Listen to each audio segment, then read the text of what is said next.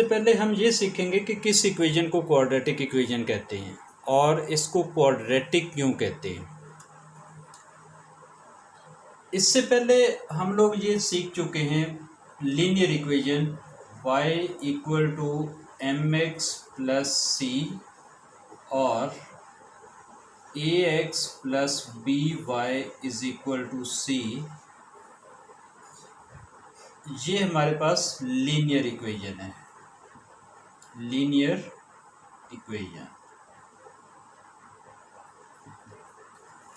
इसको हम linear equation क्यों कहते हैं? क्योंकि यहाँ पर जो वेरिएबल्स इन्वॉल्व हैं, इन वेरिएबल्स इन्वॉल्व की जो पावर्स है, ये वेरिएबल इन्वॉल्व y और x, m ग्रेडियंट और c y इंटरसेप्ट। तो जो वेरिएबल्स इन्वॉल्व है उनकी पावर जो है वो 1 है।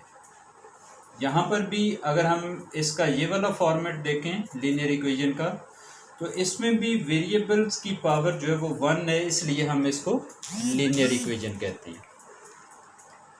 और लीनियर इक्वेशन क्यों कहते हैं? अगर इसका ग्राफ बनाएं, अगर हम यहाँ से इसका ग्राफ बनाएं तो ग्राफ स्ट्रेट लाइन बनता है, ग्राफ इज स्ट्रेट लाइन।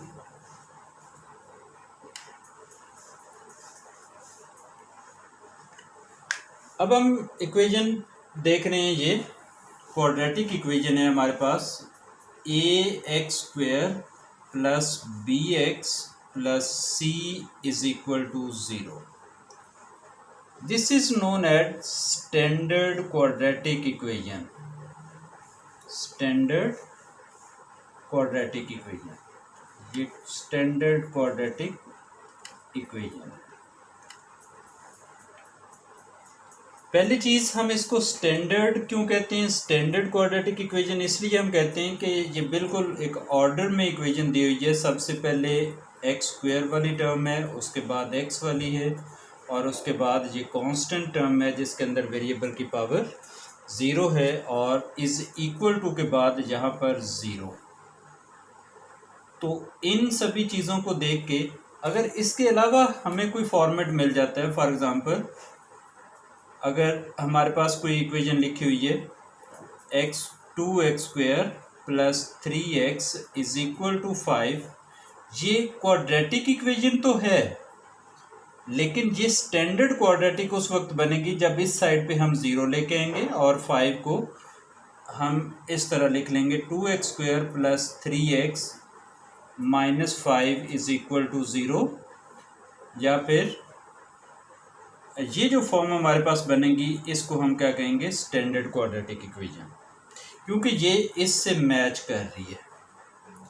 तो यहाँ पर इस इक्वेशन को देख लें तो a जो है वो कांस्टेंट है 2, b 3 और c जो है वो -5। तो a b c जो है ये कांस्टेंट्स हैं और x वेरिएबल है।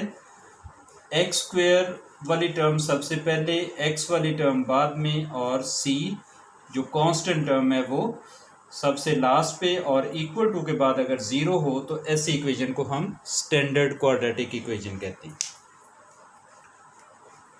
अब इसको क्वेश्चन ये है, जो चीज़ मैं आपको सबसे इंटरेस्टिंग इसमें बताने वाला हूँ वो ये है कि हम इसको क्वाड्रेटिक क्यों कहते हैं। वाई क्वाड्रेटिक, ये क्वाड्रेटिक का क्या मतलब है? तो क्वाड्रेटिक जैसा कि ये एक लैटिन वर्ड है क्वाड्रेटम, क्वाड्रेटम या क्वाड्रेटम। क्वाड्रेटम जो है वो किस टर्म को बोलते हैं? जब एक नंबर को उसके अपने आप से मल्टीप्लाई किया जाए तो ये हमारे पास स्क्वायर बनता है, यानी कि स्क्वायर के लिए एक वर्ड जो है वो क्वाड्रेटम है। ये एक लैटिन वर्ड है, लैटिन वर्ड क्वाड्रेटम। क्वाड्रेटम स्क्वायर के लिए यूज़ होता है। तो स्क्वायर की चूँकि 4 साइड्स होती हैं, अगर स्क्वायर की 4 साइड्स हैं, 4 इक्वल साइड्स हैं या 4, तो क्वाड का जो वर्ड है इसका रिलेशन जो है वो 4 से है।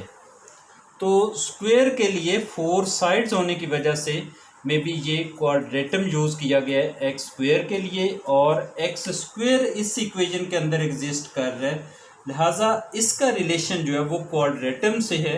लिहाजा this equation is known as, यानी कि ये एक्स स्क्वायर जो है that is quadratum, basically quadratum.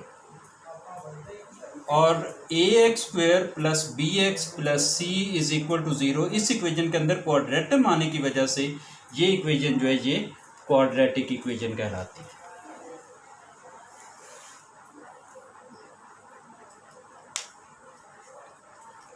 और सबसे इम्पॉर्टेंट चीज़ जो इन अननोन्स के लिए, कि यहाँ पर ये जो ए बी सी हैं इसमें ए जो है कैन नेवर बी ज़ीरो, ये चीज़ याद रखें, ए जो है वो ज़ीरो नहीं होना चाहिए।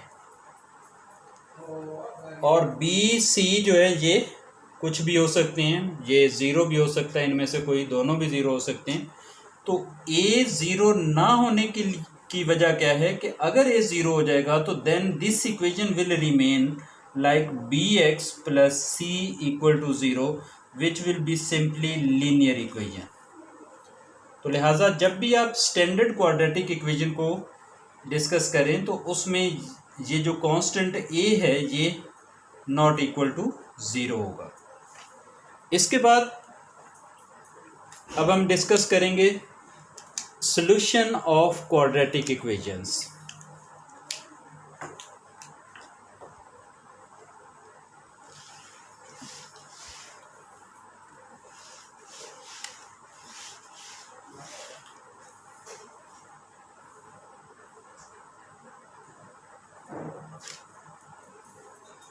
Solution of quadratic equation. Solution of quadratic equation, यहाँ पर इसके हमारे पास 4 मेथड्स हैं। नंबर 1 फैक्टराइजेशन, ये मेथड्स हैं हमारे पास। Factorisation,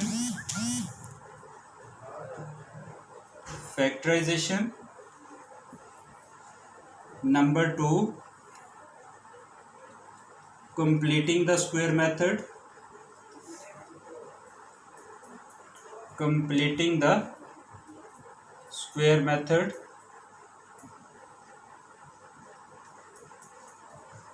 number 3 completing the square method, and number 3 is quadratic formula,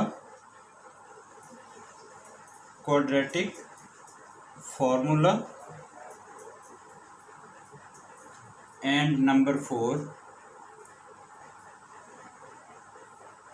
graphical method, graphical solution।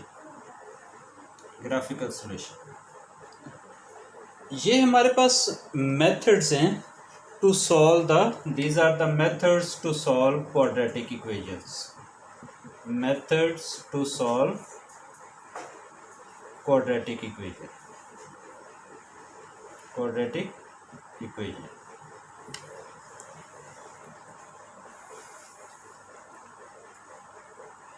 ये जो 3 मेथड्स हैं ये हर किस्म की क्वाड्रेटिक इक्वेशन के लिए, completing the square method, quadratic formula और ग्राफिकल सॉल्यूशन जो है, क्वाड्रेटिक फार्मूला को हम जनरल सॉल्यूशन भी कहते हैं, जनरल सॉल्यूशन। लेकिन फैक्टराइजेशन का जो प्रोसेस है वो सिर्फ उन इक्वेशंस के लिए पॉसिबल होगा जिन इक्वेशंस में फैक्टराइजेशन पॉसिबल है।